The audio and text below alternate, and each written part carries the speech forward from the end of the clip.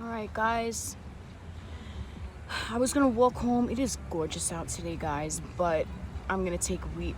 I was like, you know what, instead of me walking home by myself, why don't I get home, in the cab and take Weedy B outside? Because guys, it is an Indian summer. I am living right now. I feel better. Guys, oh wow, we got some action. NYPD action, ladies and gents. Yes. Oh my god, this poor guy in the program, they called the cops on him. I was gonna make footage of it, but I was like, you know what, I'm not gonna degrade the poor guy. I felt so, and I just looked at the cops and they looked at me. I just shook my head at them. I mean, these cops these days, they just take things way too far.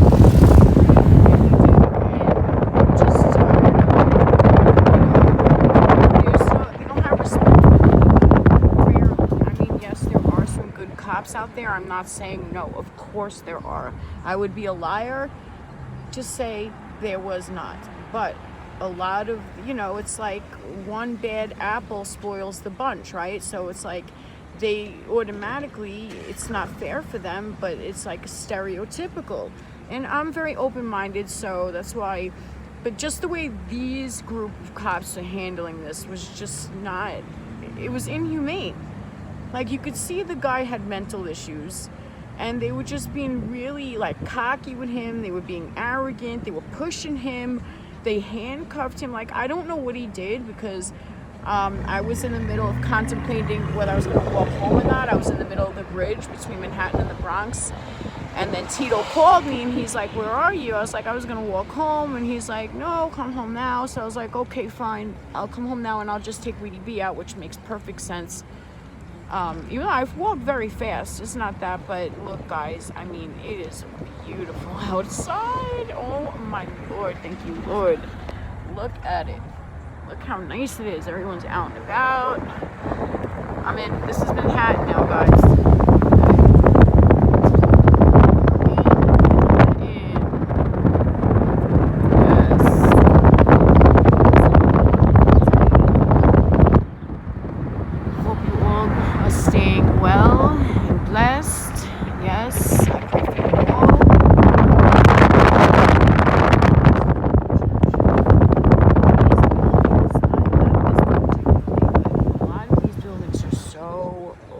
So much history and culture,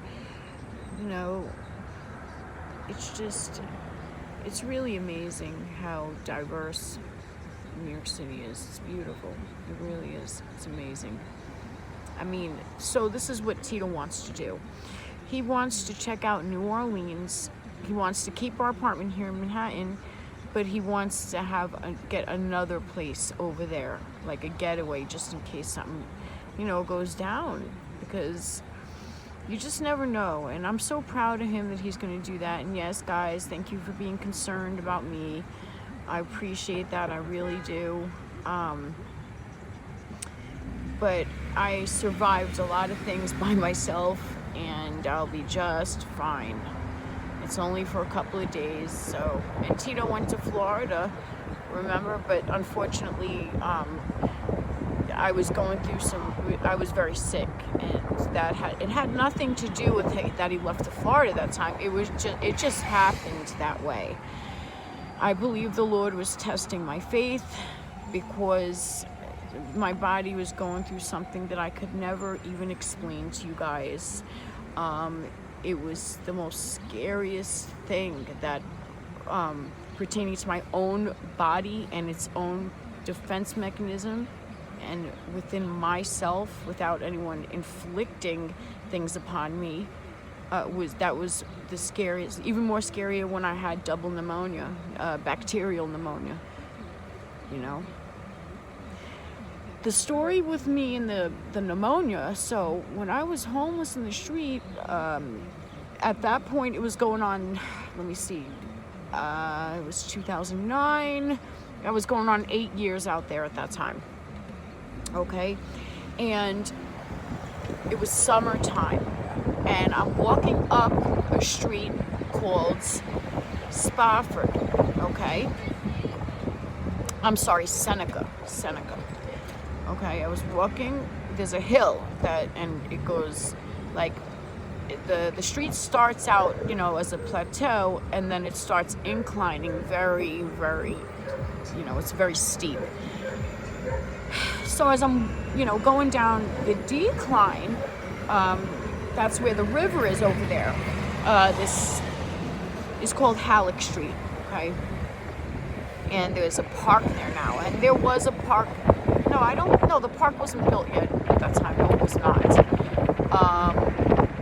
But there was like kind of like a dock thing. And what happened is I went into this wooded area.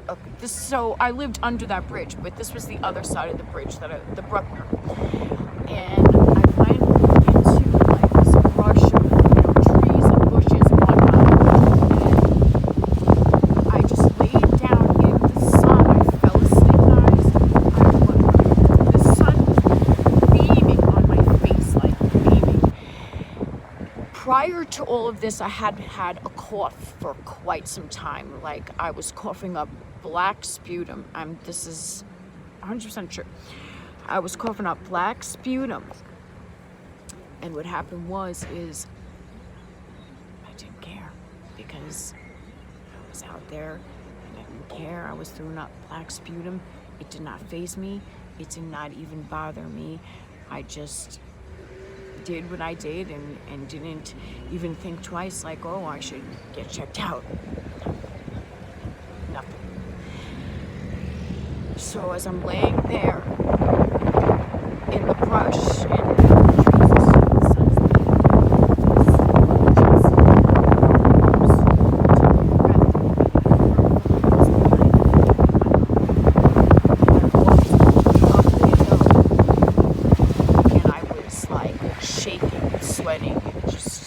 I felt like it was convulsing.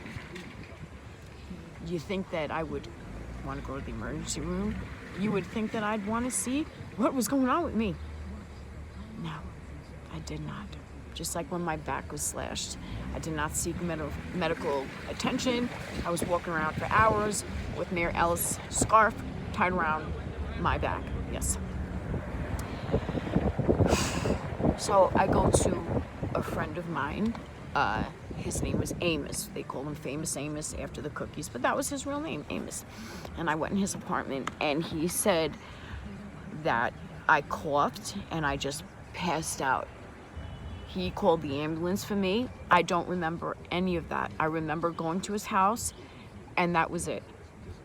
He said the ambulance came and they put me in the stretcher, and they were like, oh my God. He said that they were really like concerned, like, this girl's very ill. I was incoherent. So I went to the hospital, Lincoln Hospital, and they said I had bacterial pneumonia. That's Chrissy, my cousin Chrissy. What's up, Chrissy? My cousin Chrissy Caggiano that comments in my channel. She came all the way from Long Island with my mother. Now, mind you, my mom only came out to the Bronx once while I was out there. I appreciate it, but I'm just being honest. One time. She came with my brother Anthony, her friend Connie, and I was living in this guy, John, and the Chinese dude, I forget his name. What the hell was his name? I don't remember, but it was Jonathan and the old Chinese man. He was like 80 and he was a crackhead. He was a drug addict, 80-year-old Chinese dude. And he had very strong genes, but not to get off subject. My brother and my mom, they came out there with Connie, and my brother, I was giving him my Social Security checks because I didn't need it. I made so much money, but the teller would no longer cash them for him. So when he came out, my mom said,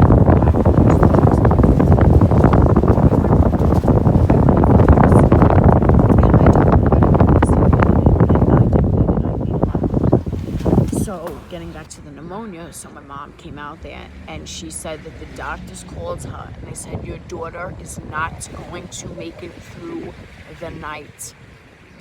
Your daughter is in Graves' condition. So yes, my mother came out. She came, I was in the hospital for 3 weeks. She came like 3 or 4 times. Yes, she did. The first time she came with my brother Anthony. God rest my brother Anthony's soul. I miss you so much, Anthony. He passed away of small cell carcinoma in 2016. I miss him dearly. You know, my brother was just like John Travolta. He was a great man. And it's right here, sir. Right here. Thank you, sir. Okay, guys, I'm getting out of the cab. And then she came. You want me to roll the windows up? I'll do it. Okay, thank you so much. You have a great day. I should forget nothing. Okay. So, my mom came out with my Aunt Fran. First with my brother Anthony, then my Aunt Fran, and then she came out, I think, by herself once, and then she came with my cousin Chrissy. And I will never forget that my cousin Chrissy did that for me. I will never forget how kind she was to me. And that was one of the most beautiful things that my family had did. My cousins, what my cousin Chrissy did. So I'm in the building now, guys. We're gonna walk up the stairs, and I will see you guys on the rebound. Okay, I love you all. You are all like family to me. And just to let you know that when I was in the hospital, before I end this, when I was in the hospital, you know, God saved my life. I had a chest tube, and like I said, they said I wasn't gonna make it. So yeah, I survived that, and the Lord was with me, just like He's always with me, and He's always with all of you. I am so tired, guys. I didn't get any sleep last night. I love you all. Yes, I'm exhausted. Have a wonderful, wonderful day, guys. God bless you.